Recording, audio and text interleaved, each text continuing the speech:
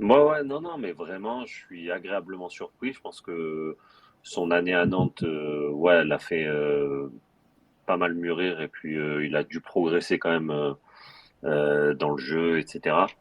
Et au-delà de dire c'est une alternative, etc.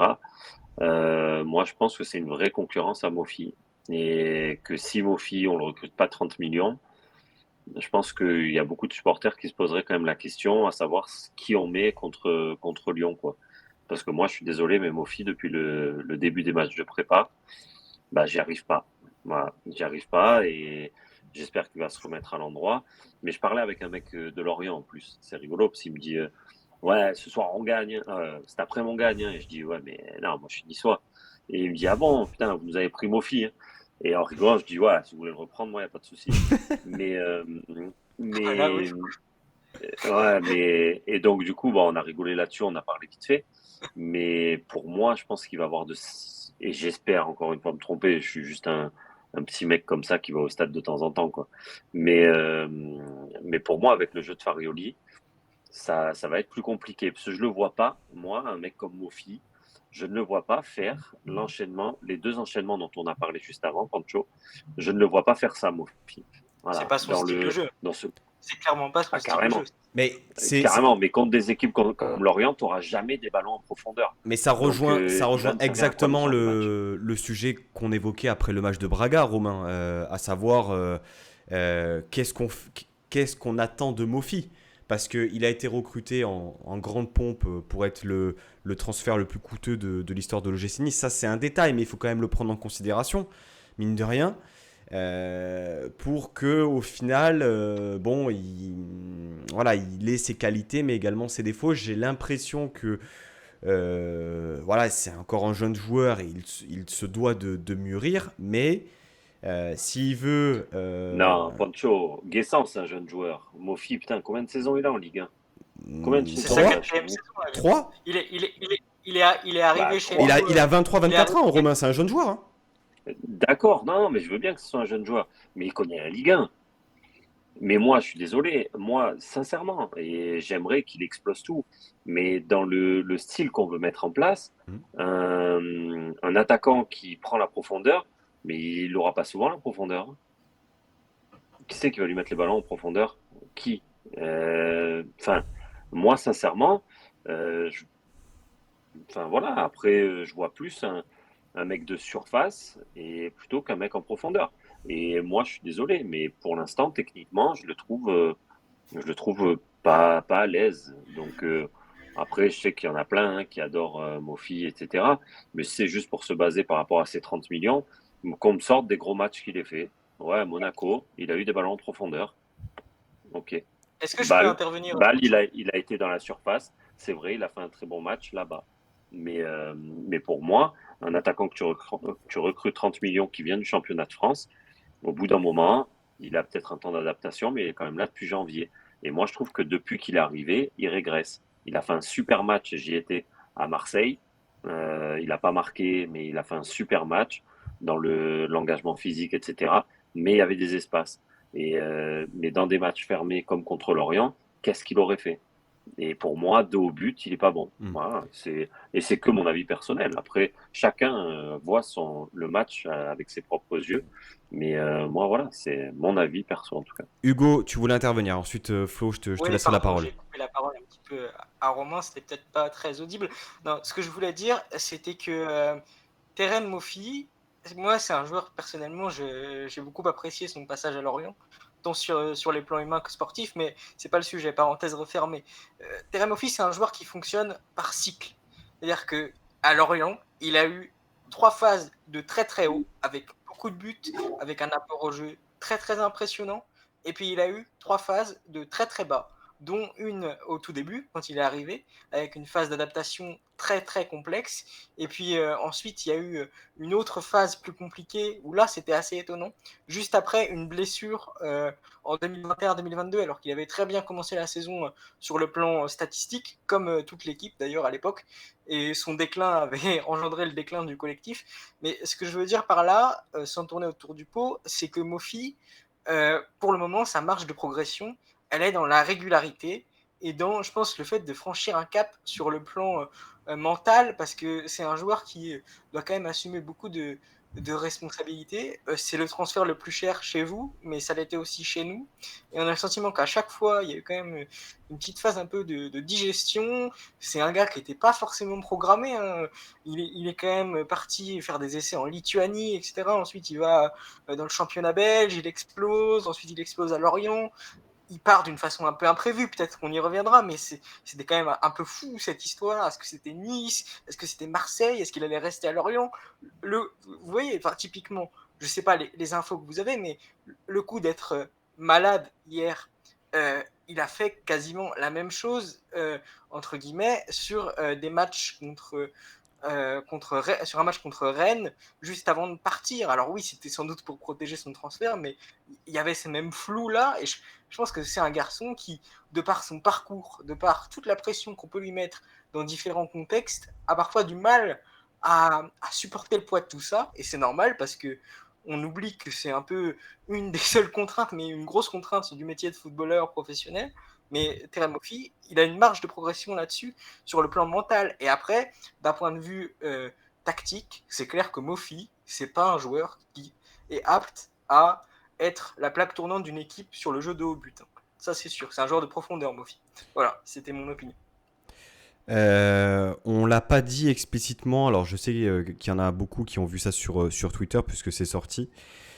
Si Terem Moffi n'a pas démarré contre Lorient, c'est pas parce qu'il était malade, c'est parce qu'il est arrivé en retard à la causerie d'avant-match. Voilà, donc c'est une sanction puisque c'est sorti sur Twitter, on le dit ici. Et c'est pas la causerie. C'est pas la causerie. Non, c'est à la balade. À la balade. Bon.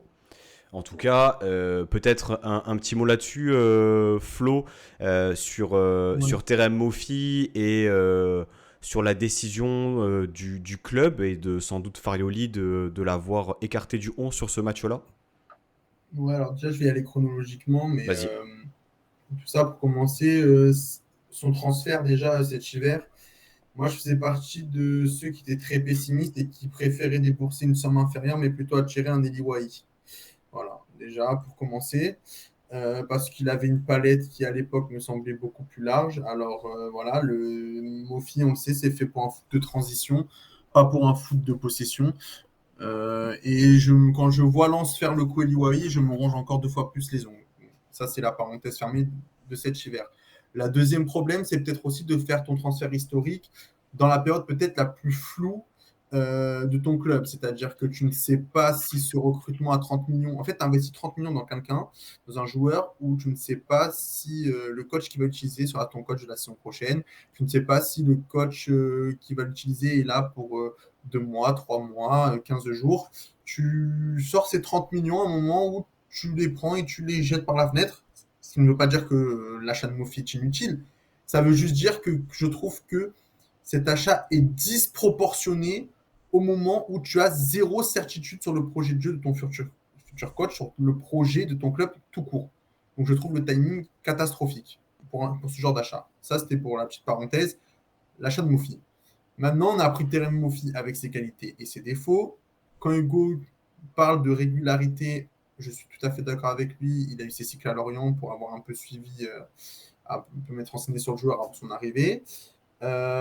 Mais par contre, là où je ne suis pas du tout d'accord avec lui, c'est que la régularité, digérer un transfert et la confiance ne fait pas élargir la palette d'un joueur. Ce que je veux dire, c'est que Moffi, il sait prendre la profondeur, être puissant, finir.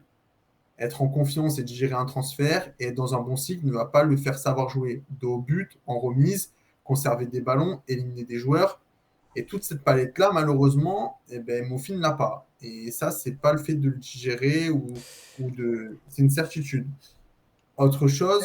Mais s'il est bien mentalement, excuse-moi de te couper, ce que je voulais dire, c'est juste que s'il est bien mentalement, ça aide plus facilement à progresser. Bien sûr qu'il ne va pas devenir un remiseur monstrueux de haut but, mais je pense que du fait d'être peut-être un peu déstabilisé par tout ça, ou pas. Peut-être que, j'en sais rien, je suis pas son agent, hein, bien sûr, mais le fait sans doute que le transfert il ait eu un certain poids, ça l'aide sans doute pas En- à améliorer des points qui pourraient vous aider vous.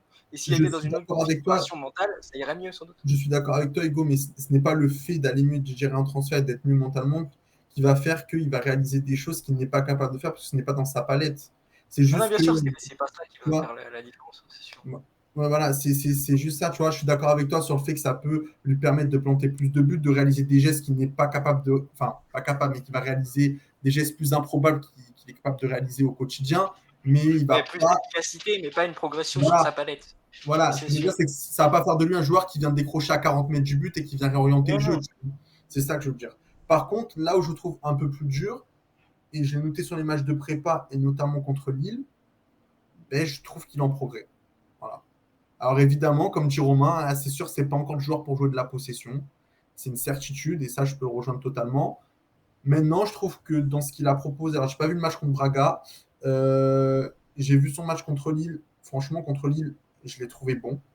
Notamment dans le pressing. Je pense qu'il n'y a aucun joueur, et même pas Evan Guessant, qui est capable de démarrer les pressings et répéter les efforts dans la répétition d'efforts. Je trouve qu'il est très important pour le pressing et le contre-pressing que veut mettre en place Farioli. Je pense même qu'il est essentiel. Maintenant, c'est vrai qu'avec ballon, on peut en attendre plus, mais là où je suis sûr de quelque chose, c'est qu'il est capable d'être un attaquant de surface.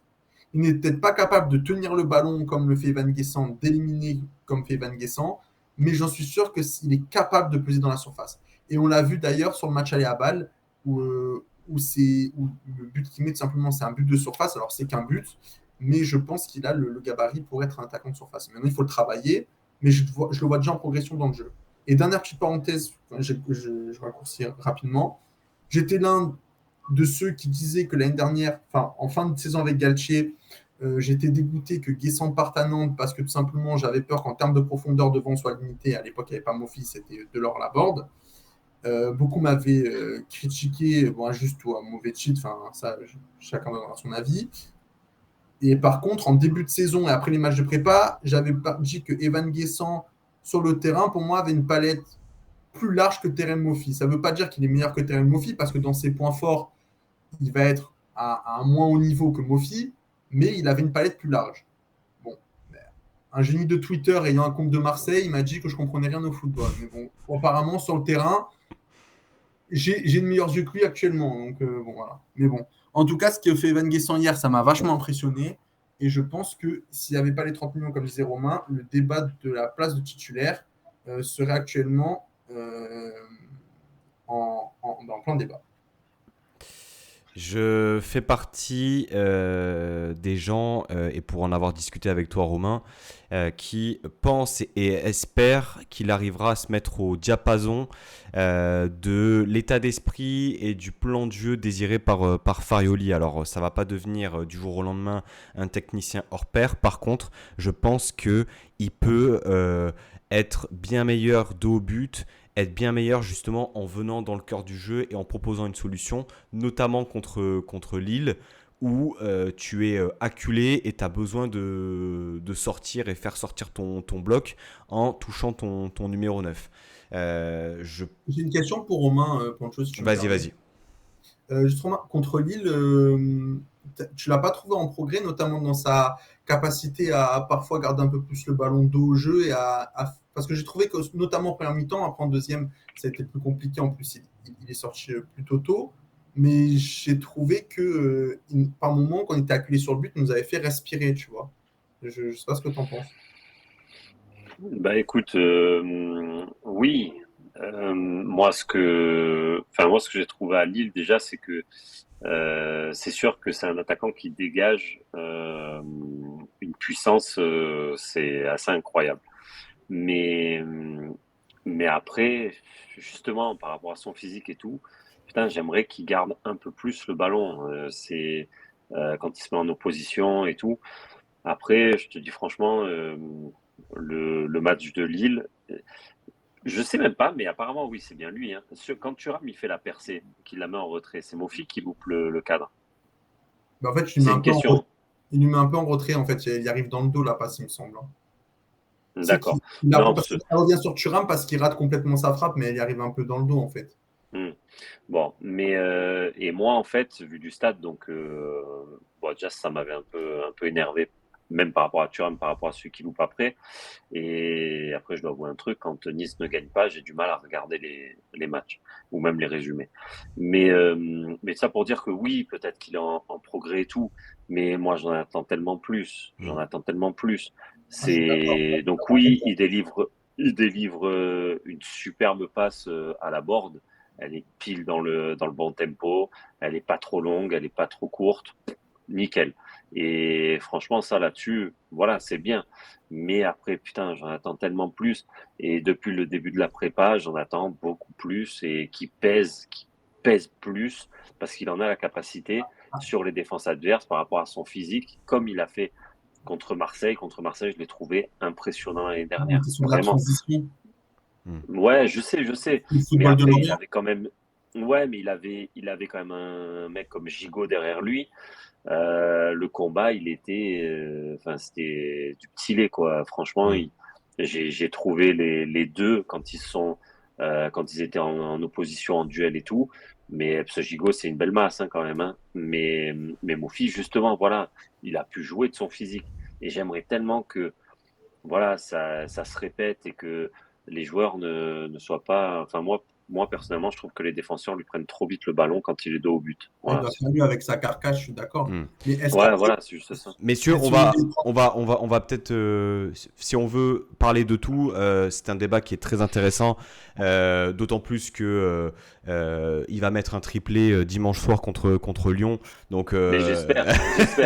Même un quadruplé, hein, franchement. donc voilà. est-ce qu'il jouera? Est-ce qu'il commencera titulaire contre Lyon après le match de Guessant?